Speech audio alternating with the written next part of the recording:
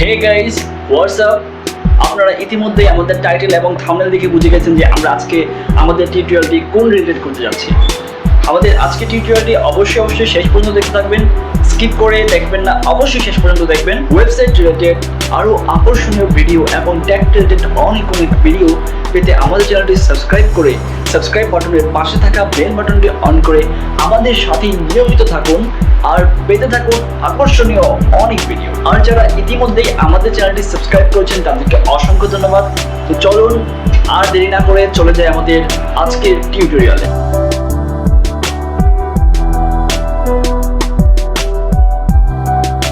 তো গাইস, আজকে আমরা আলোচনা করব ওয়েবসাইট কি। ওয়েবসাইট রিলেটেড সকল তথ্য আজকে আমরা নিয়ে প্রাথমিক যে আলোচনা রয়েছে সেটা নিয়ে আমরা আজকে আলোচনা করব।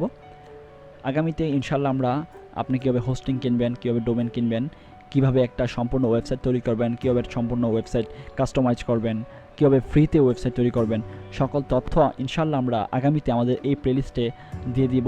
আপনারা সেখান থেকে দেখে নিতে পারবেন। আর তার জন্য অবশ্যই আমাদের চ্যানেলটি এখনই সাবস্ক্রাইব করে রাখুন।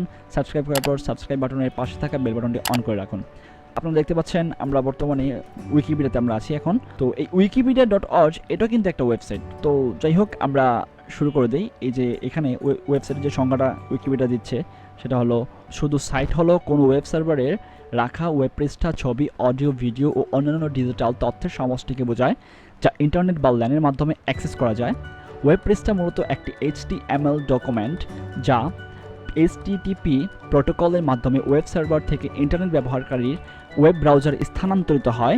সমস্ত উন্মুক্ত ওয়েবসাইটগুলিকে সমষ্টিগতভাবে ওয়ার্ল্ড ওয়াইড ওয়েব বা বিশ্বব্যাপী জাল নাম দেওয়া হয়েছে। যে ব্যক্তি ওয়েবসাইট তৈরি করে তাকে ওয়েব ডেভেলপার বলা হয়। ওয়েবসাইটের প্রচলিত সংজ্ঞাগুলো হচ্ছে, ডোমেনের মাধ্যমে দর্শনযোগ্য ওয়েব সার্ভারে জমা রাখা ওয়েব পৃষ্ঠা, ছবি, অডিও, ভিডিও ও অন্যান্য ডিজিটাল তথ্যের সমষ্টিকে একসাথে ওয়েবসাইট বা সাইট বলা হয়। তো গাইস, এখানে বলেছে HTTP প্রোটোকল। এই HTTP প্রোটোকলটা কি সেটা নিয়েও আমরা আলোচনা করব। আমরা আপনাদের এই HTTP প্রোটোকল শব্দটার সাথে পরিচয় করে দেবো ইনশাল্লাহ। তো গাইস, একটা ওয়েবসাইট কিন্তু মূলত তৈরি করা হয় একটা কোম্পানি বা একটা অর্গানাইজেশন বা একটা ব্যক্তি বা পার্সনের নিজস্ব একটা ওয়েবসাইট থাকে, অথবা কোনো কোম্পানির, কোনো অর্গানাইজেশনের, কোনো স্টোরের বা অনলাইন বিজনেস করার ক্ষেত্রে বিভিন্ন কাজে, যেমন নিউজ পেপার থাকে, ম্যাগাজিন থাকে, বিভিন্ন ক্ষেত্রে ওয়েবসাইট তৈরি করা হয়। তারা তাদের কোম্পানিটাকে, বিজনেসটাকে তারা আরও গ্রো করার জন্য কিন্তু ওয়েবসাইট তৈরি করে থাকে। আর সেই ওয়েবসাইটে কিন্তু তারা তাদের যে তথ্যগুলো থাকে, সকল তথ্য এখানে থাকে, তাদের তথ্যগুলো থাকে, তাদের ভিডিও থাকে, অডিও থাকে, আবার বিভিন্ন ফাইল থাকে, ফর্ম ফিল আপ করার জন্য আবার অনেক ওয়েবসাইট ব্যবহার করা হয়। তো এই ওয়েবসাইটটা কেন হয় সেটা তো আমরা ইতিমধ্যেই জেনে নিলাম। এখন এই ওয়েবসাইটটা কীভাবে তৈরি করব। এই ওয়েবসাইটটা তৈরি করার জন্য আমাদের সর্বপ্রথম যেটা করতে হবে সেটা হলো একটা ডোমেইন লাগবে, এবং এই ডোমেইন নেমটাকে হোস্টিং করতে হবে। এখন এই ডোমেইনটাও কিনতে হয়, হোস্টিংও কিনতে হয়। ডোমেইন এবং হোস্টিং দুইটা সম্পূর্ণ আলাদা জিনিস। এই দুইটা জিনিসই কিনতে হয় একটা প্রোভাইড থেকে। তারা যে আন্তর্জাতিক পর্যায়ে বিভিন্ন ধরনের কোম্পানি থেকে যারা এই ডোমেইন এবং হোস্টিং সার্ভিসটা প্রোভাইড করে থাকে বা এইগুলো আপনাদের কাছে বিক্রি করে থাকে, যে ডোমেইন কিনতে পারবেন আপনারা, নেম চিপ আছে, আরও এরকম অনেক ডোমেইন এবং হোস্টিং প্রোভাইডার রয়েছে, তারা আপনাদের কাছে ডোমেইন এবং হোস্টিং এগুলো বিক্রি করে থাকে। তো এগুলো কিনতে হয় আপনাদের। তো আমরা এখন জানবো যে ডোমেইনটা কি। ডোমেইনটা হলো, ওয়েবসাইট করতে হলে আপনাকে আপনার ওয়েবসাইটের একটি নাম দিতে হবে, আর ওয়েবসাইটের সেই নামকেই বলা হয় ডোমেইন। যে নামের মাধ্যমে আপনার ওয়েবসাইট লোকজন খুঁজে পাবে সেটাই হলো ডোমেন। এই ক্ষেত্রে একটা কথা বলে নেই, আপনার ওয়েবসাইট তৈরি করার ক্ষেত্রে আপনাকে এমন একটা নাম বাছাই করতে হবে যে নামটা ইতিপূর্বে কেউ ব্যবহার করেনি, পুরো ওয়ার্ল্ডের কেউ এই নামটা ব্যবহার করেনি। আপনাকে এরকম একটা নাম ব্যবহার করতে হবে। তারপর যেমন আমরা ফেসবুককে খুঁজে পাই www.facebook.com দিয়ে, গুগলকে আমরা খুঁজে পাই www.google.com দিয়ে। যে নাম দিয়ে আপনার ওয়েবসাইট একজন লোক ভিজিট করবে সেটাই হলো আপনার ওয়েবসাইটের ডোমেন। ডোমেন শুধুমাত্র .com দিয়েই হবে সেরকম নয়। বিভিন্ন ধরনের ওয়েবসাইটে বিভিন্ন ধরনের ডোমেন লোকজন ব্যবহার করে। ব্যবসা বা সাধারণ ব্যবহারের জন্য সবাই .comই ব্যবহার করে, তবে বিভিন্ন ধরনের ওয়েবসাইটের জন্য লোকজন বিভিন্ন ডোমেন এক্সটেনশন ব্যবহার করে, যেমন অর্গানাইজেশনের জন্য .org, নেটওয়ার্কিং সাইটের জন্য .net, যেমন www.TubeTology.com, ইনফরমেশন সাইটের জন্য .info ইত্যাদি সহ আরও অনেক ধরনের ডোমেন ব্যবহার করা হয়।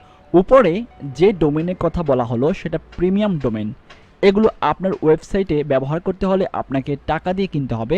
সাধারণত এই ধরনের ডোমেনের মূল্য 800 থেকে 2000 টাকার মধ্যে হয়ে থাকে 1 বছরের জন্য। অর্থাৎ আপনাকে প্রতি বছরে এটাকে রিনিউ করতে হবে।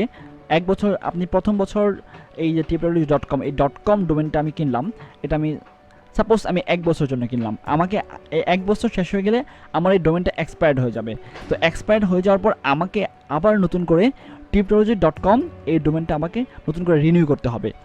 আমি চাইলে আমি যেই সার্ভিস প্রোভাইডার, যেই ডোমেন প্রোভাইডার যার কাছ থেকে আমি প্রথমে কিনেছি তার কাছ থেকেও কিনতে পারবো, অথবা আমি অন্য একটা কোনো কোম্পানি থেকেও কিনতে পারবো, অন্য কোনো ডোমেন প্রোভাইডারের কাছ থেকেও কিনতে পারবো। তো আমরা দেখতে পাচ্ছি এখানে .edu.bd, তারপর .ac.bd, এইগুলো হলো আমি এই এক্সাম্পলগুলো এই জন্য দিচ্ছি যে এখানে কিন্তু দুটো ডোমেন। এখানে আপনারা দেখতে পাচ্ছেন যে বাংলাদেশের বিভিন্ন শিক্ষা প্রতিষ্ঠানের ওয়েবসাইটে থাকে .edu.bd অথবা .ac.bd। এই .edu হলো education.bd, বাংলাদেশের একটা শিক্ষা প্রতিষ্ঠানটা বোঝায়, বিডি হলো কান্ট্রি ডোমেইন, তারপর .ac অর্থাৎ academy.bd, বাংলাদেশের একটা একাডেমি, তারপর ইউএস অর্থাৎ ইউনাইটেড স্টেটস অফ আমেরিকার কান্ট্রি ডোমেন ইউএস, ইন্ডিয়ার কান্ট্রি ডোমেন আইএন, তারপর ইউকে অর্থাৎ ইংল্যান্ডের country domain UK, United kingdom. এবার আসি হোস্টিং কি। অনেকেই ডোমেন কি তা জানেন, কিন্তু হোস্টিং কি তা জানেন না। আপনি একটি ডোমেন কিনলেন, তাহলে আপনি আপনার ওয়েবসাইটের একটি নাম কিনলেন। আপনার ওয়েবসাইটকে এমন একটা পিসিতে রাখতে হবে যেটা 24 ঘন্টা এবং বছরে 365 দিন অন থাকবে। অর্থাৎ আপনি যে ডোমেনটা কিনলেন মানে আপনি নামটা শুধুমাত্র কিনলেন। আপনি যখন এটা একটা ব্রাউজারে সার্চ দিবেন তখন কিন্তু আপনাকে লেখা আসবে যে যদি আপনি ডোমেন কিনেন কিন্তু হোস্টিং না কিনে থাকেন, তখন সেক্ষেত্রে শুধু আপনার লেখা থাকবে যে your site is not reach, এরকম একটা লেখা থাকবে।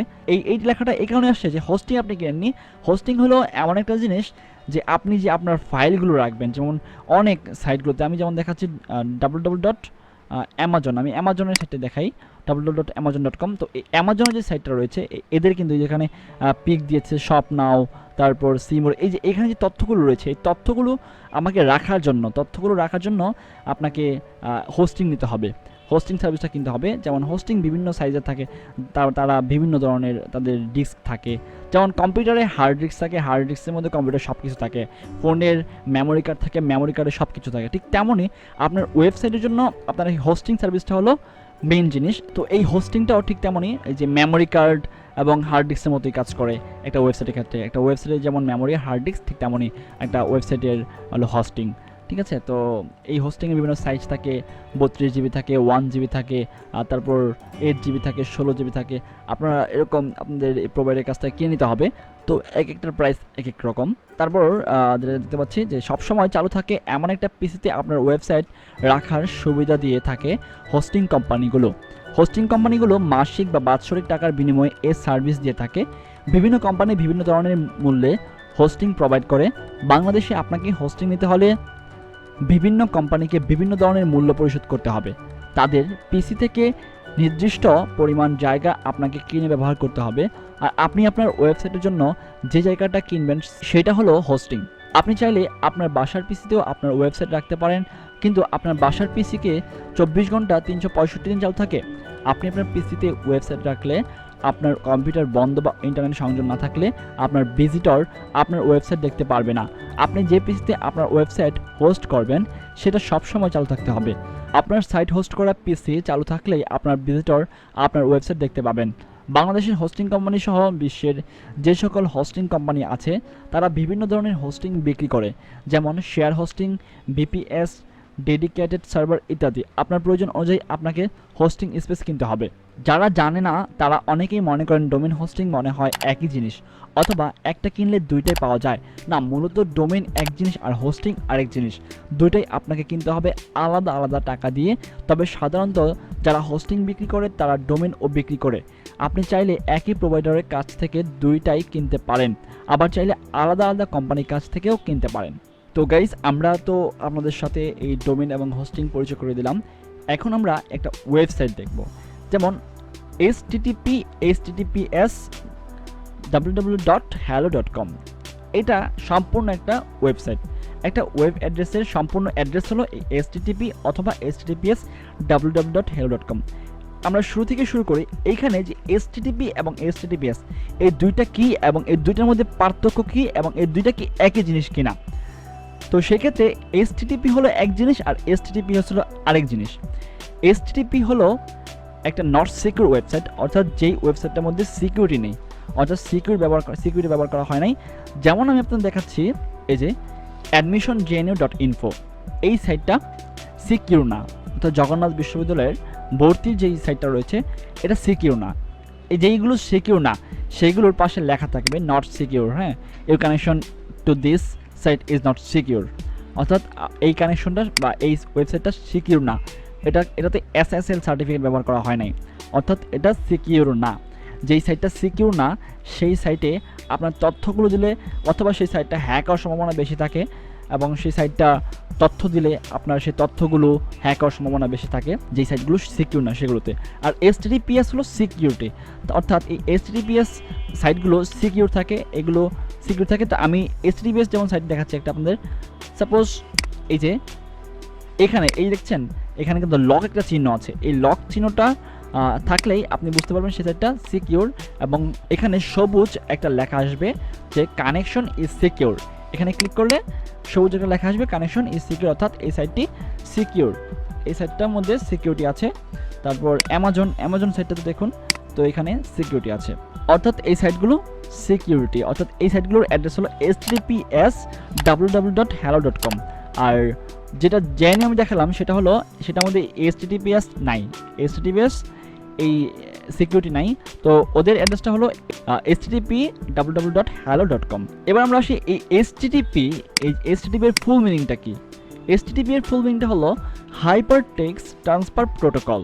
এইচটিটিপি, এইচ থেকে হাইপার, টি তে টেক্সট, তারপর পরবর্তী টি থেকে ট্রান্সফার, তারপর পি থেকে protocol, hyper text transfer protocol. তারপর SSL। এবার SSL জিনিসটা কি? এই যে HTTPS একটা ওয়েবসাইটের জন্য যখন আমরা SSL সার্টিফিকেট কিনবো তখন তাহলেই আমাদেরকে এই ওয়েবসাইটটা হবে https://www.hello.com এরকম একটা সাইট তৈরি হবে যেখানে HTTPS লেখা থাকবে। অর্থাৎ আমার SSL সার্টিফিকেট থাকে তাহলে আমার ওয়েবসাইটটার মধ্যে এই যেরকম সিকিউর লক দেওয়া থাকবে, এই যেরকম লক দেওয়া থাকবে, কানেকশন ইজ সিকিউর, এরকম সিকিউরিটি দেওয়া থাকবে, অর্থাৎ সিকিউর হবে। তো সেটাই হলো SSL সার্টিফিকেট। তাহলে SSL সার্টিফিকেট থাকলে আপনার এই HTTP অ্যাড্রেসটা HTTPS এ রূপান্তরিত হয়ে যাবে। এই SSL এর পূর্ণরূপ হলো সিকিউর সকেটস লেয়ার, সিকিউর সকেটস লেয়ার অর্থাৎ SSL। এই SSL হলো সিকিউর সকেটস লেয়ারের সংক্ষিপ্ত রূপ। SSL প্রযুক্তি মূলত ডেভেলপ করেন নেটস্কেপ। ইন্টারনেটের মাধ্যমে প্রাইভেট ডকুমেন্ট আদান প্রদানের জন্য SSL তৈরি করা হয়। জনপ্রিয় সকল ওয়েব ব্রাউজারই SSL সাপোর্ট করে এবং একান্ত ব্যক্তিগত তথ্য যেমন ক্রেডিট কার্ড ইনফরমেশন, পাসওয়ার্ড সুরক্ষার জন্য SSL এর ব্যবহার এখন খুবই জনপ্রিয়। অর্থাৎ আপনার যে ক্রেডিট কার্ডের ইনফরমেশন, তারপর পাসওয়ার্ড, হ্যাঁ, এই যে এগুলো থাকে, এই জিনিসগুলো হ্যাক হওয়ার সম্ভাবনা থাকে যদি আপনি HTTP যেই অ্যাড্রেসটা রয়েছে সেটাতে দেন, অর্থাৎ SSL সার্টিফিকেট ছাড়া, অর্থাৎ নট সিকিউরটা ওয়েবসাইটে যদি আপনি আপনার ক্রেডিট কার্ডের ইনফরমেশনগুলো দিয়ে থাকেন অথবা আপনার পাসওয়ার্ড, বিভিন্ন গুরুত্বপূর্ণ পাসওয়ার্ড দিয়ে থাকেন, তাহলে কিন্তু সেটা হ্যাক হওয়ার সম্ভাবনা আছে।